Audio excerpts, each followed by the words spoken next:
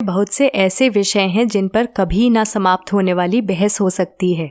इनमें धर्म और भगवान का अस्तित्व सबसे अधिक चर्चित विषय हैं और इन बातों पर कभी भी लोग एकमत नहीं हो सकते।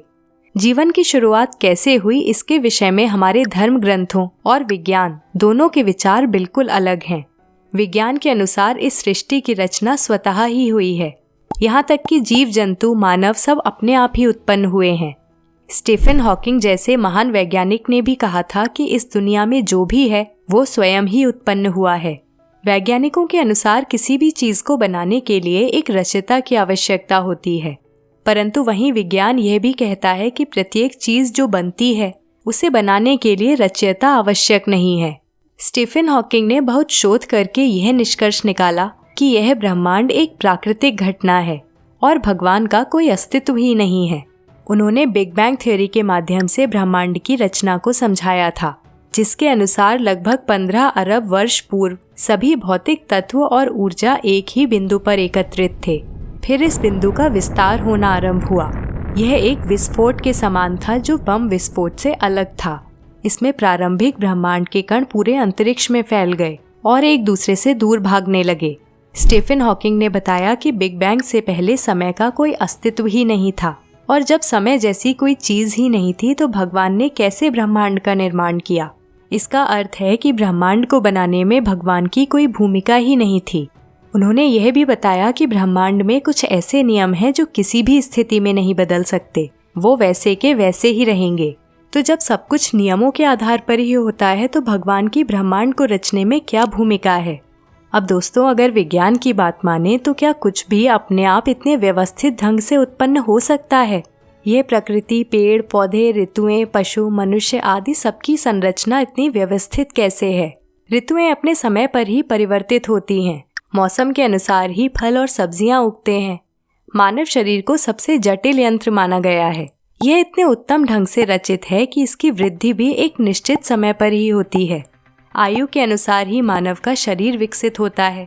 शिशु 9 महीने तक माँ के गर्भ में रहता है और ठीक 9 महीने बाद ही इस संसार में आता है। बच्चे के जन्म के पश्चात ही माँ स्तनपान कराने योग्य हो जाती है। यहाँ तक कि शिशु स्वयं ही स्तनपान करने लगता है, उसे सिखाना नहीं पड़ता। मानव शरीर इतने उत्तम ढंग से संरचित है कि इसके अलग अलग अंग अलग तरह की भूमिका पूरी करते हैं। दिल, दिमाग, हड्डियां, हाथ, पाँव, कान, आँख आदि ये कैसे अपने आप बन गए और बहुत बेहतर ढंग से चलित हैं।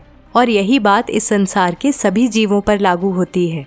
क्या आप ऐसा सोच सकते हैं कि इस प्रकार की व्यवस्थित प्रकृति मात्र एक संयोग है? यह सब अपने आप ही इस तरह से बन गया। ऐसी व्यवस्था अपने आप हुई है, इस पर विश्वास करना थोड़ा मुश्किल हो जाता है। आप स्वयं सोचिए कि मनुष्य ने जटिल से जटिल यंत्र बनाए हैं।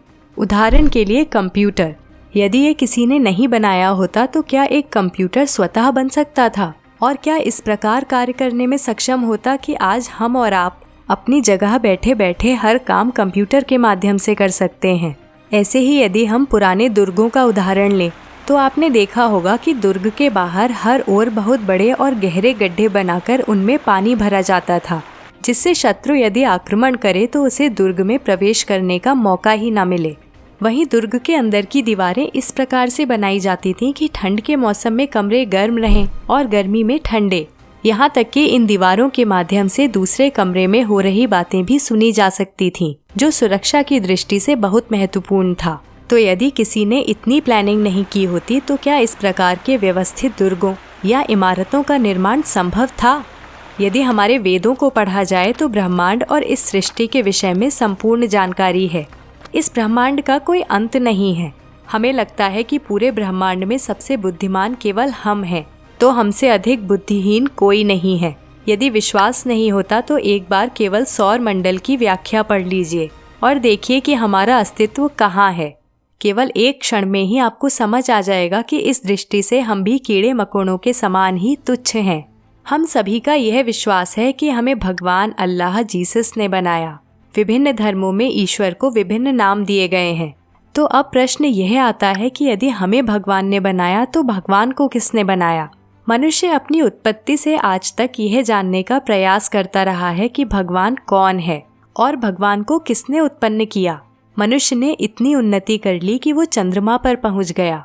बहुत से चौंका देने वाले आविष्कार और खोजें भी की, परंतु जब यह प्रश्न आता है कि भगवान आखिर है कौन और उसका रचयिता या विधाता कौन है, तो आज भी हम चुप्पी साध लेते हैं, क्योंकि इस प्रश्न का कोई उत्तर हमारे पास नहीं है।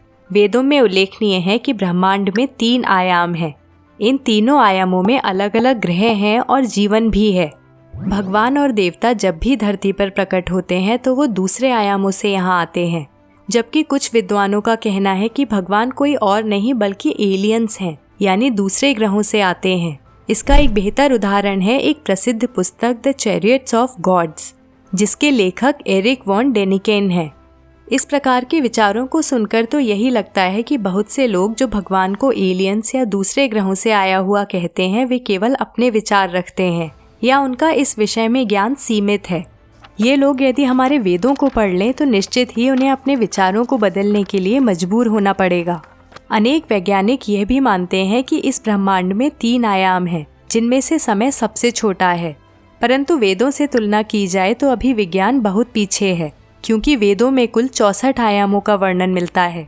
इन आयामों को भी यदि विभाजित किया जाए तो अनगिनत आयाम हैं।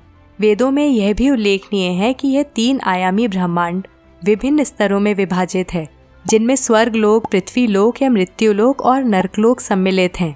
भगवान विभिन्न आयामों से पृथ्वी पर धर्म की शिक्षा देने और मनुष्य जीवन का उद्देश्य समझाने के लिए समय समय पर अवतरित होते हैं।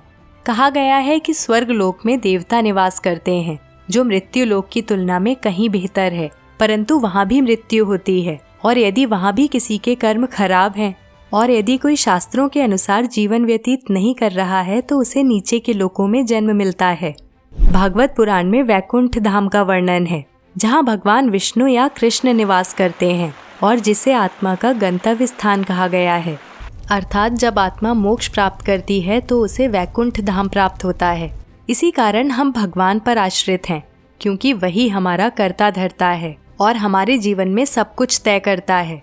एरिक वॉन डेनिकेन के अनुसार भगवान कृष्ण भी दूसरे ग्रह से यहाँ आए थे, जबकि सोचने वाली बात यह है कि जो दूसरे ग्रह से यहाँ आते हैं वे अपने रूप में ही आते हैं, ना कि पृथ्वी पर जन्म लेते हैं। भगवान राम, भगवान कृष्ण आदि ने पृथ्वी पर जन्म लिया था, जिससे वे हमें यह समझा सकें कि किस प्रकार मनुष्य को जीवन व्यतीत करना है। कल्पना कीजिए कि कोई एलियन यहाँ आकर जन्म ले रहा है और मनुष्य रूप धारण करके धर्म का पाठ पढ़ा रहा है। क्या ये संभव है?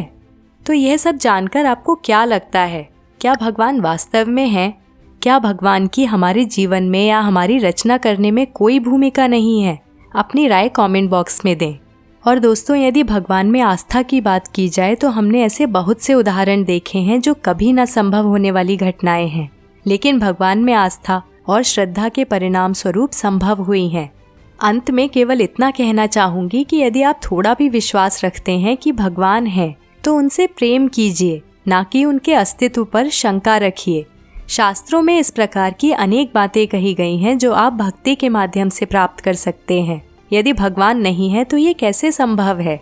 और हाँ, भगवान से प्रेम करने के लिए आपको संसार के प्रत्येक जीव से प्रेम करना होगा, क्योंकि सब कुछ उसकी ही रचना है और जो भगवान का अंश है उसमें भी परमात्मा का वास है। मन से घृणा, निंदा, आलोचना, छल ये सब भाव निकाल दीजिए और प्रेम बांटते चलिए। जीवन को खुशहाल बनाने का इससे बेहतर कोई तरीका नहीं है, और यदि आप ऐसा करेंगे तो भगवान स्वयं ही आपसे प्रेम करेंगे। तो मित्रों, आज के लिए बस इतना ही। मिलती हूँ आपसे अगली कड़ी में। धन्यवाद।